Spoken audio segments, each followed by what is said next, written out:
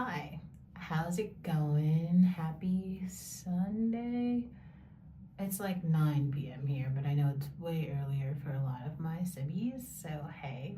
Um, I actually just wanted to give you guys a quick video about London because I love it, and I know that hopefully I do get some European subscribers. Come follow me. This is gonna be a very interesting situation.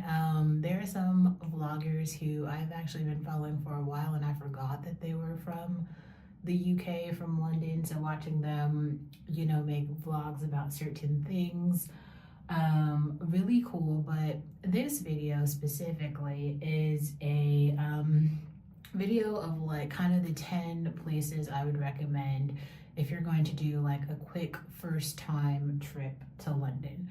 Now, I personally stayed in an area called King's Cross. I would recommend that for your first time because it's a central location. It's near a train station and a tram station.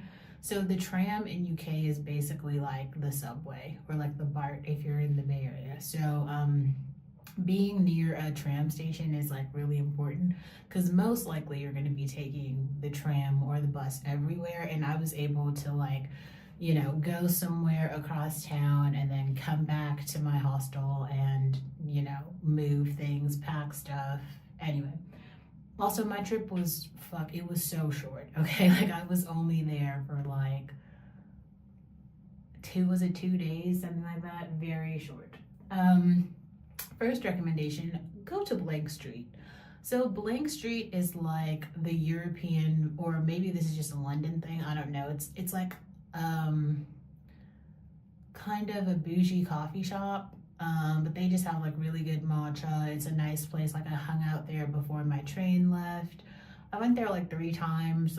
If you stay in a major by a major tram station, there's gonna be 1 or 2 Blank Streets near you. There were 3 near me. So go to Blank Street, the coffee shop.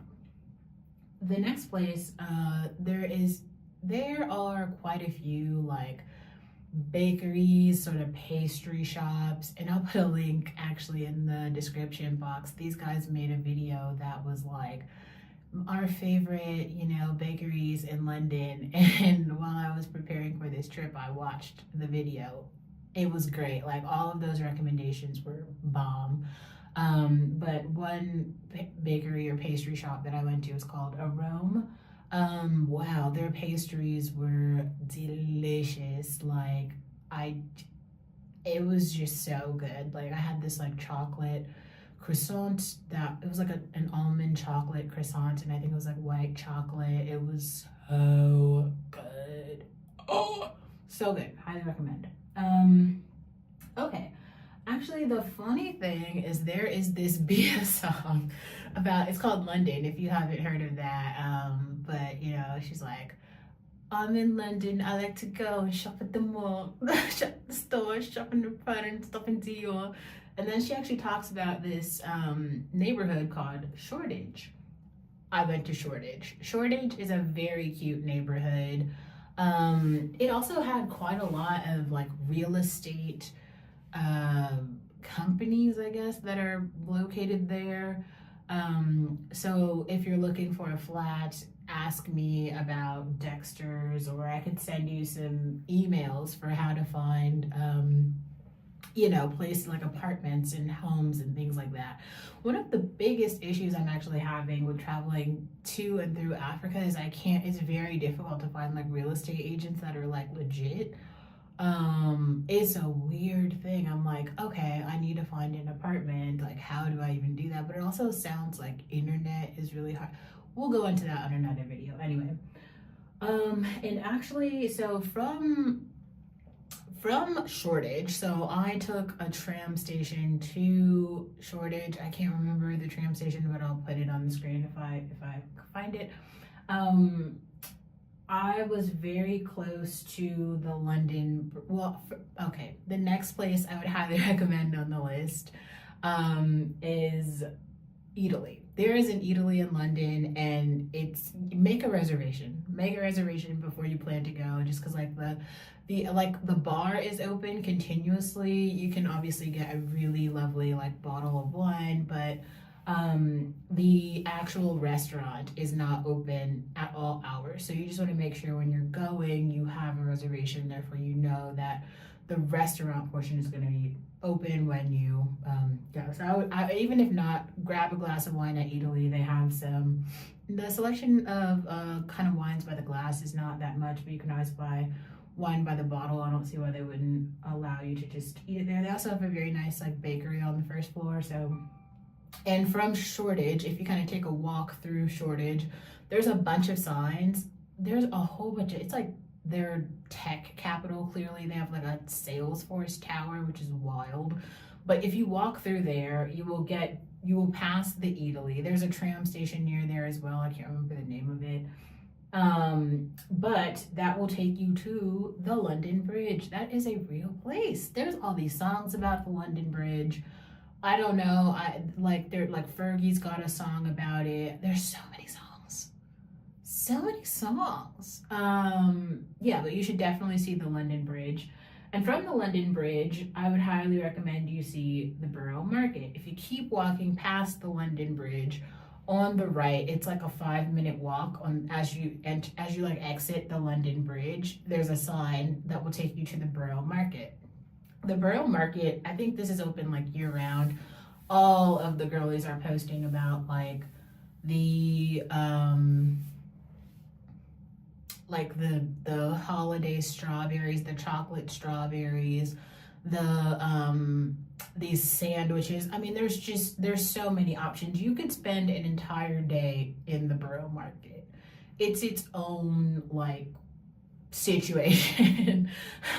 Like it's very large. You should definitely go and see the Borough Market. So I made a list. I'm just trying to make sure I get through everything on the list. So I would say maybe for a different day, there's like a Christmas tour bus that's happening. So it's like an hour. There's so many of these. You can find them on Groupon, or just look up like Christmas bus tour London. It's like $32, but the cool thing about it is it will show you all of like the different neighborhoods. And on the Christmas tour, you will see Regent Street. So Regent Street has like the best Christmas lights I've seen in a while.